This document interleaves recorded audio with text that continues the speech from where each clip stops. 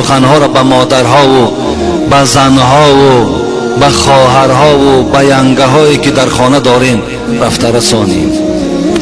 حبیب خدا فرموده ایستاده است کدام زنی که پیش از شوهر جان به حق تسلیم می کند، پیش از شوهر از این دنیا می گذرد، لیکن شوهر این زن از این زن بسیار راضی است، به تقدیر الهی جان به حق تسلیم کرده است، لیکن شوهر بسیار غمگین است. به خاطر چی غمگین است؟